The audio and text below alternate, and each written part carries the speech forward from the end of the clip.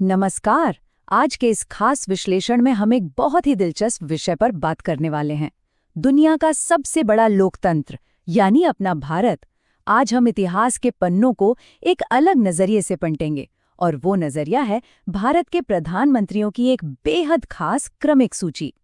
आइए मिलकर इस सफर को डिकोड करते हैं और देखते हैं कि इन नेताओं ने कैसे कैसे देश की कमान संभाली।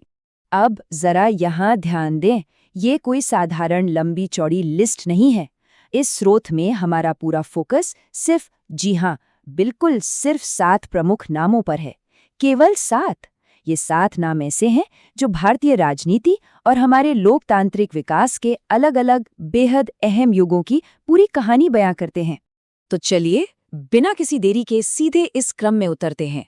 सबसे पहले बात करेंगे उन शुरुआती 3 दिग्गजों की जिन्होंने आज़ादी के ठीक बाद के उन नाजुक दशकों में इस पूरे लोकतांत्रिक ढांचे की नींव रखी।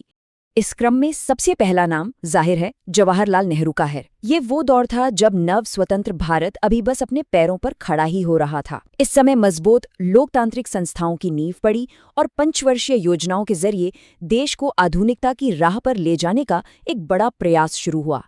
फिर इस सूची में ठीक इनके बाद आते हैं लाल बहादुर शास्त्री। भले ही उनका कार्यकाल काफी छोटा रहा हो, लेकिन सोचिए उस समय की भारी चुनौतियों के बीच युद्ध और अन्य संकट, उनका वो जय जवान जय किसान का उद्घोष पूरे देश का मनोबल बढ़ाने वाला साबित हुआ।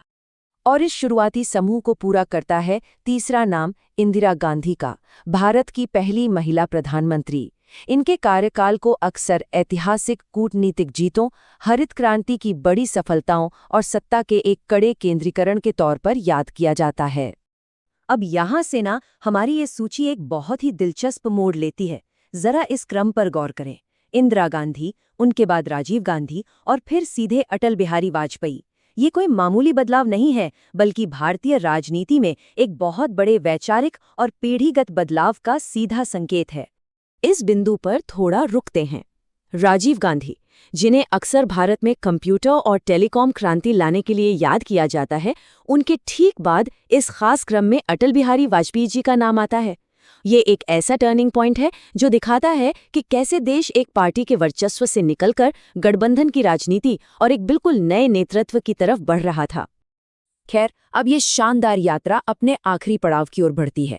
चलिए देखते हैं इस सूची के वो अंतिम 2 नाम जिन्होंने हमारी 21वीं सदी के भारत को एक नया आकार दिया।